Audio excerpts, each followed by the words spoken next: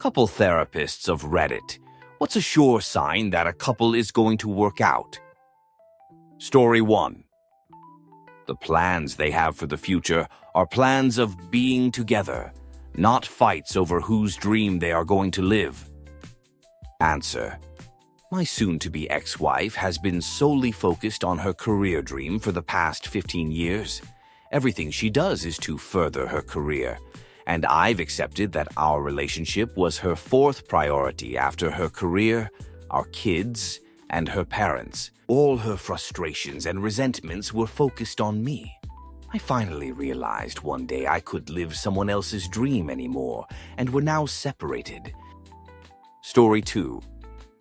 I am a counselor and see couples. Biggest indicator of success, in my opinion, is the ability to assume best intent. Example, husband forgets to grab the trash bag on the way out in the morning. Rather than assuming he's lazy, rude, etc., the other partner can assume the most positive reason. He forgot, overlooked it, etc., and doesn't personalize it. Look for best intent until proven otherwise. Second best indicator is both parties have empathy. This is shockingly absent in many of my clients. If you can't think about how your behavior impacts others, it will become a problem in the relationship.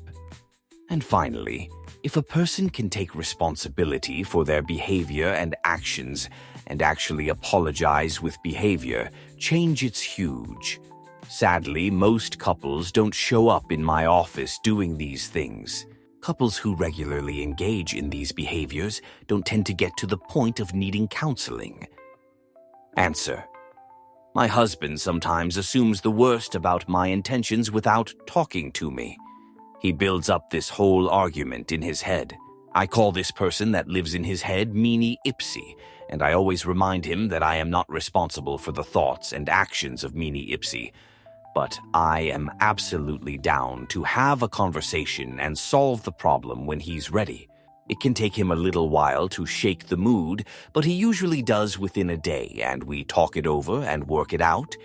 It honestly did help to put a name to it, because now he recognizes when he's doing it to himself and hell. Tell me when Meanie Ipsy is acting up. Story 3.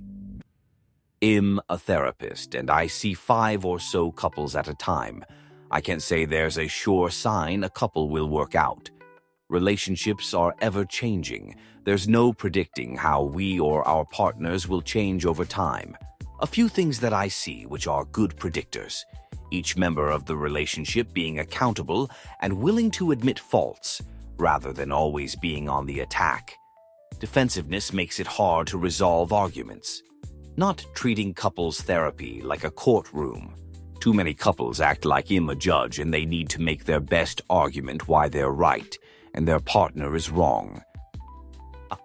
Looking out for each other. When one starts crying, a sign of empathy is really important. A hand on the shoulder, an acknowledgement of pain. Once you can listen to your partner cry without caring, you're not really a couple anymore in my eyes. Respect. Respect is the first thing to go in a relationship. I encourage every couple I see to recapture the respect they had on their first date. You shouldn't feel comfortable calling each other names or cursing. The list is endless. Answer. My ex-husband used crying as manipulation. I realized it too late. What sucks is, now, if he cries in my presence, I feel nothing. Maybe it's genuine, maybe it's not. I feel remorse that I can't provide an atom of empathy, but he burned me too many times with his tears. I had to actively work to not carry that into new relationships. BC for a long time, I saw crying as manipulation and refused to cry in front of a partner myself. Out of fear, I was doing it.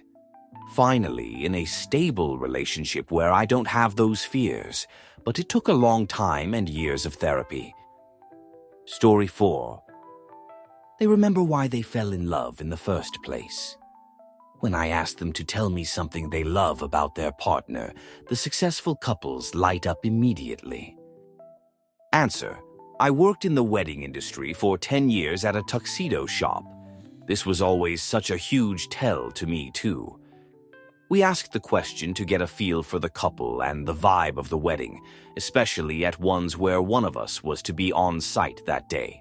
Couples that had lots of positive comments and a compatible vision of their day relationship always seemed like the most solid couples, versus ones where even renting a darn tuxedo seemed to annoy them, or one or both would just see through the whole thing.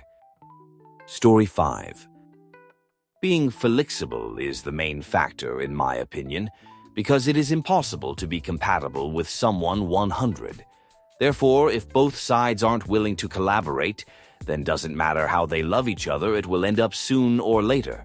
I have seen that a lot, and I can tell from first or second session with my clients if the relationship will work out or not.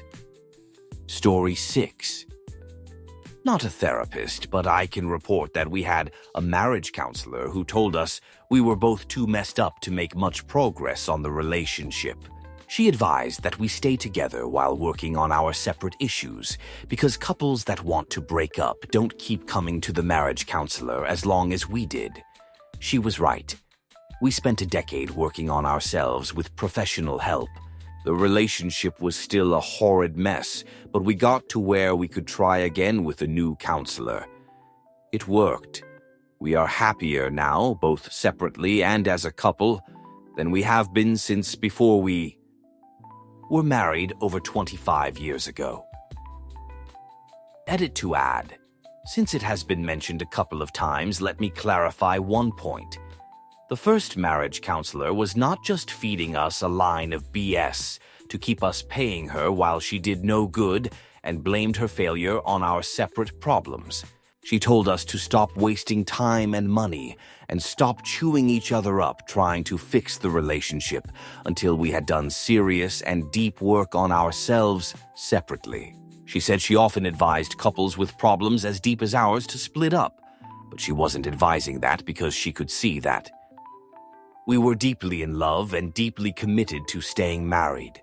She gave us hope that if we were patient, hardworking, and willing to really examine our own selves, we could find a pathway back to each other. She was right. If she had not been so clear about this advice and why she was giving it to us, we might very well have broken up our family. Answer. My husband and I got similar advice when we saw a counselor together. He told us that we had things to work on together, but I was clearly severely depressed and my husband was also not well, and those things needed to take priority. He also told us that he was of the opinion that most of the things we had identified as problems in our marriage would essentially disappear if we were both well. He was right. Once we both dealt with our shoot and weren't being fully insane at each other, there was suddenly much less conflict to resolve, and the things that remained were easy to figure out together. Story 7.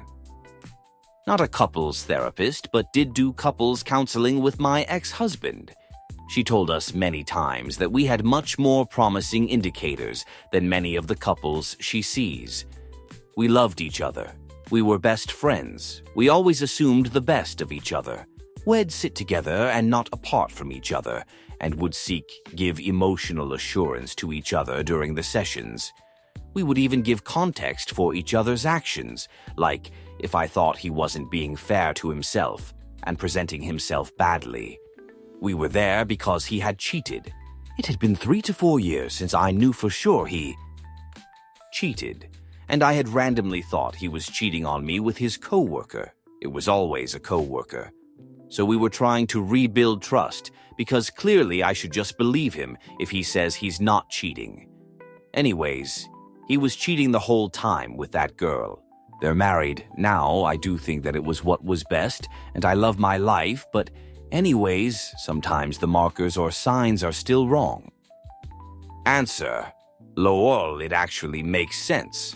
'Cause you obviously loved him, would give him emotional assurance, give him context, and like to be near him 'cause, well, you loved him. And he would also be nice to you and treat you well 'cause he knew you were not doing anything wrong. So why would he treat you bad? but maybe treating someone with care is not the same as being a good partner. Story 8. I work with couples. I'll name 2. 1. Each partner having self-awareness of how they are showing up emotionally in the relationship. 2. A willingness to change the behaviors that are showing up regardless of whether their partner changes, essentially not making it conditional. Story 9. I have some training in couples therapy, but don't do it regularly, so take this with a grain of salt. One green flag is when both partners can pick up on the context of each other's complaints and respond to the other party through that contextual understanding.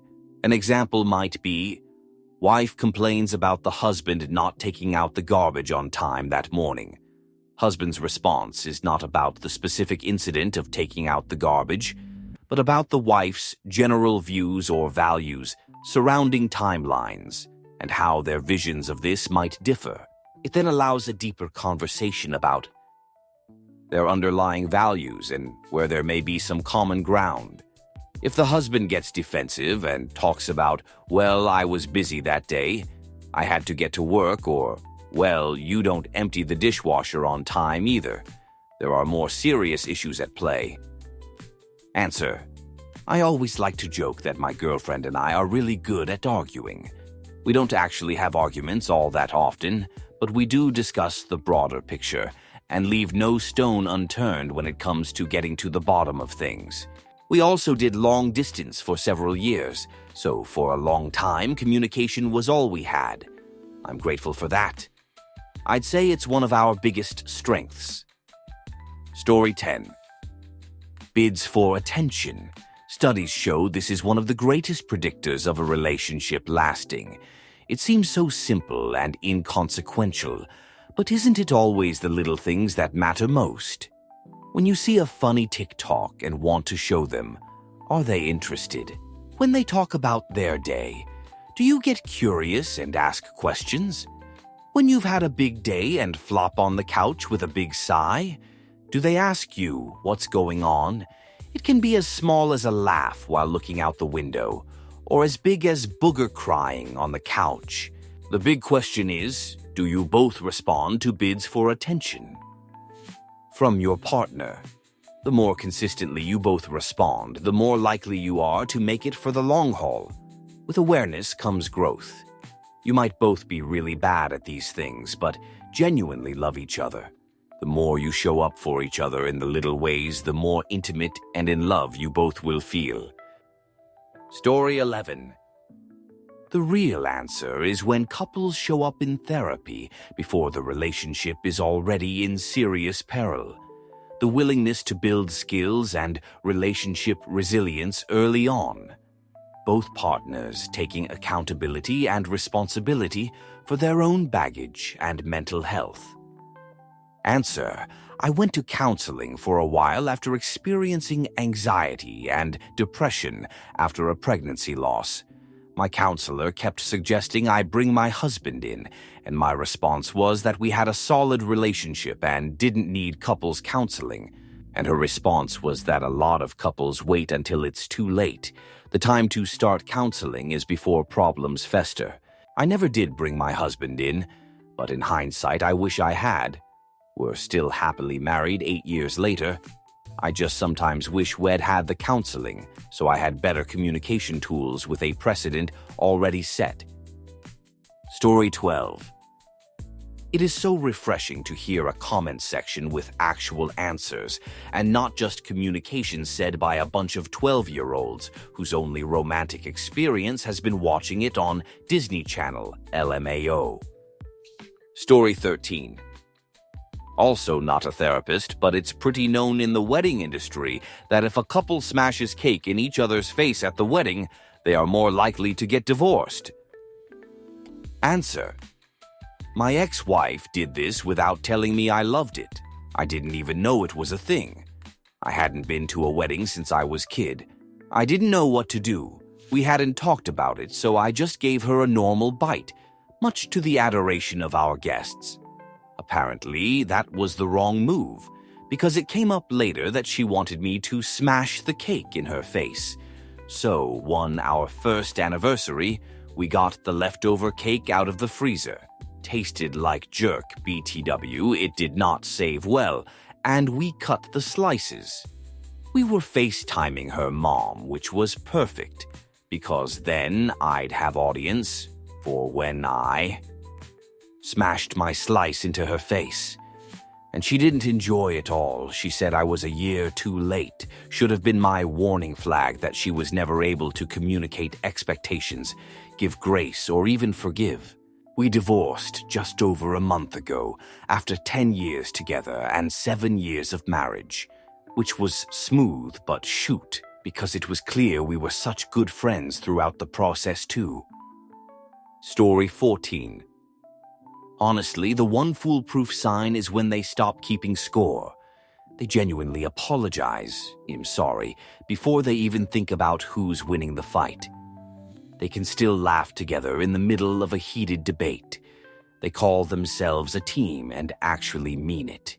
They're more interested in how do we fix this than whose fault is it. And yes, they still get butterflies when they see each other. If they can master those, you've got yourself a long-haul couple. Story 15. John Gottman has actually studied this. The Four Horsemen: criticism, contempt, defensiveness, and stonewalling. Story 16. It's so funny. So many of these are just, do you like your partner? Or are you just there because you got married? I can't speak for anyone else. And I'm certainly not an expert. But I really like my wife, and she seems to like me. We both waited for someone we genuinely liked, and waded through bad relationships to get here. I dislike making her upset, and she dislike it when I'm upset. She doesn't dislike me when I'm upset. She disliked the fact that I'm upset, and I would do pretty much anything to make sure she's not upset, and she knows that. So when I forget to take out the trash, to another commenter's point, we assume positive intent because the fact that we don't want to make each other sad is explicit and constantly reinforced. Again, I'm not sad because she's sad. That's a normal human emotion, and everyone should be allowed to feel how they feel. But if I make her sad, I want to fix it. Like, are you guys really out here with people you don't like? Just wait. You deserve to find someone that wants you to be happy. My wife and I didn't find each other until we were grown jerk adults, late 30s. Then we popped out 3 kids. We've lived in 3 different countries. We bought a house together before we were married. We mixed finances, fully planned to have a prenup, and dropped the ball. Broke every rule in the book. And it works because we really, really like each other, even if we piss each other off all the darn time. I don't know. Just love the person you chose. There's no such thing as good enough when you're picking your partner for the rest of your life. Answer. Good point. I'll add just a little on to this. I feel like my husband and I are always on each other's side. We want to help each other have more peaceful lives, and it has made the most awesome partnership. If I need a day or downtime, he just makes that happen, and vice versa. We make space for the other and show up when needed. I always feel like my husband is on my side, and we can always make each other belly laugh. Story 17. While I'm not a therapist, there are some things I've consistently noticed in successful marriages. My grandparents, for example, have been married for roughly 50 years.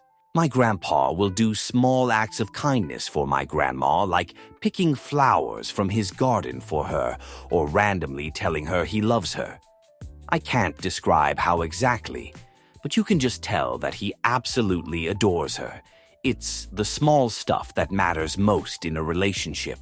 You could go all out and buy your partner a car as a surprise, as nice as that would be, or you could make them their favorite meal, or give them a loan. Time when they need it.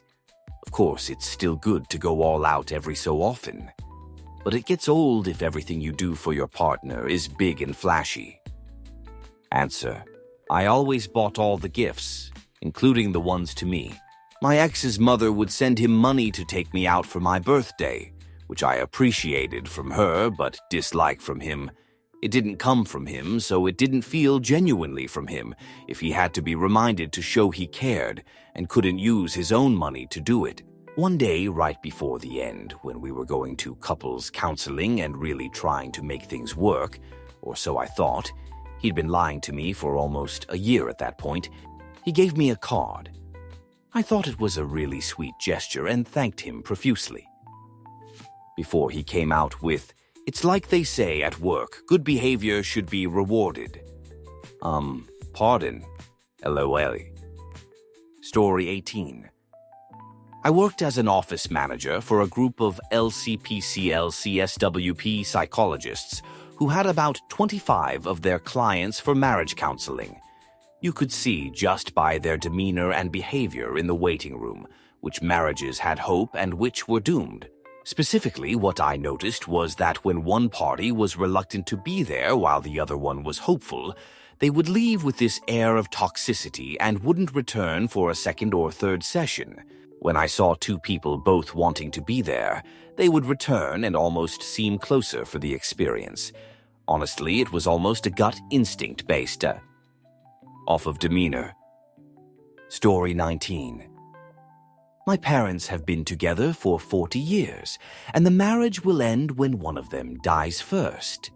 They are best friends. They are polar opposites.